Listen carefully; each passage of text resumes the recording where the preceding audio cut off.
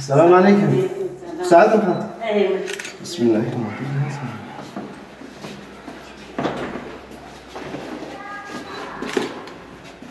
Duruma Kasım çavaya, çömeceğim, duruma bir çavaya, kendi çöneceğim. Çok şükür de başı dedim zindana da yiyecek yüreğim zindana dedim. لبر عدان لباخو ديال ترجع çok şükür seri meheldayı.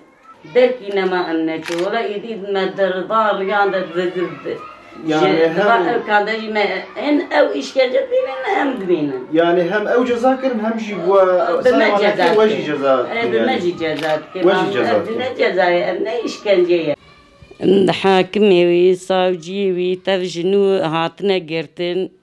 حمي آدمي فتوبون أم دفين كجنوبة محكمة بن أم عفو ناخذن أم محكمة وان جنوبة دوس كايوان درخين ومحكمة بكن أم عفو مفو ناخذن تشكيل سفية متنن كو أم عفو بخوازن بلا وان جنوبة دوس كايوان درين ومحكمة بكن بيلي بيتي دوس كايوان تشتي وان هر تشتي وان بيليه سوجي وانش بوي ريا خدي بوش بوي شقرت درزي قرآني دقرتانا شقرت جونا جانيه هيج إيكو قلت خندانا ما وانت شادا ما تقول بلا نجيجنا خرابا نجيجنا دزا نجيجنا أسرار شيا بلا شقرة هرنا جانيه شقرة بخوينا ريا خدي هرن جبوي خرابية بلا نتشن ريا خرابية ده نتشن إيقابي بو ريا خرابية جوارة بوكي أو إيما ريا خدي جوارة بو نيار ام 24 ساعت ريدا بوني جام تشونو داتانا بذي ختكاريا خو بذي او كاخو اتشومو داتانا تاسيونا مراد بو متقول ازيد ريدا يجي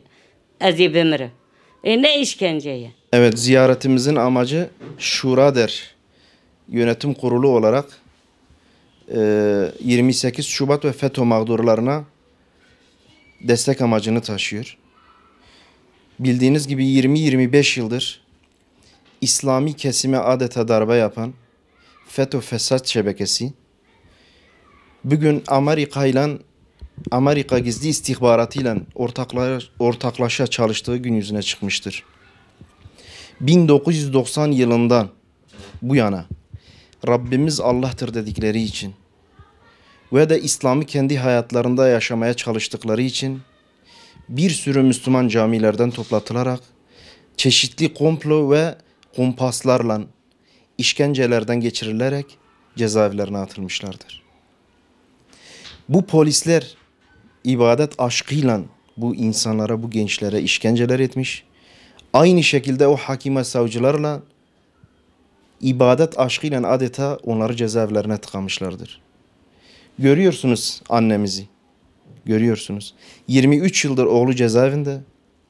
Hiçbir suçu olmayan, Rabbim Allah'tır dediği için 23 yıldır.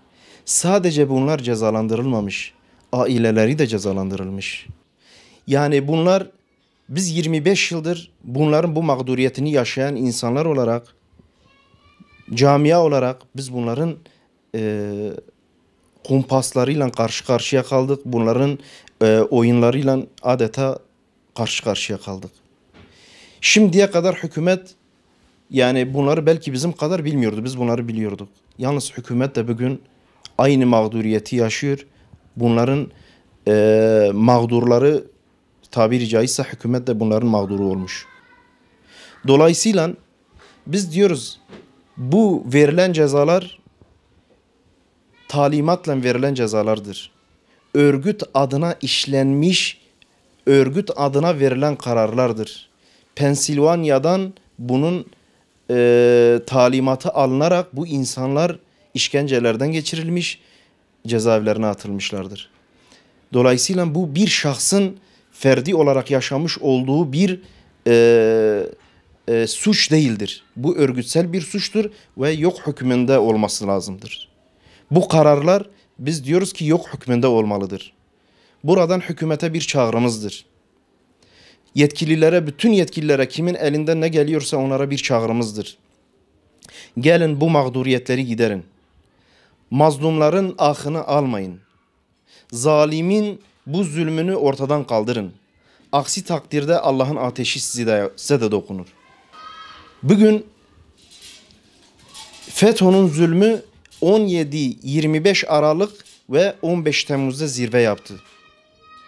Zirve yaptı. Artık bütün İslami kesimleri hedef almaya başladılar. Hatta ülkeyi hedef aldılar. Ülkeyi bir iç savaşa sürüklemeye çalıştılar. Ama Allahu Teala onların o zulmünü başlarına geçirdi. O mazlumların ahını onlara bırakmadı. Evet. Dolayısıyla 20-25 yıldır cezaevinde yatan, çeşitli isim ve suçlarla suçlanan, komplolar sonucu cezaevlerine tıkanan ne kadar mahkum var ise bunların tekrar dosyalarının açılıp yeniden yargılanmaların önüne açılması için gereken adımların atılmasını talep ediyoruz. Zira yani geciken adalet değildir. Hükümet bir komisyon kurup bu insanların dosyalarını 1-2 ay içerisinde inceletebilir yani.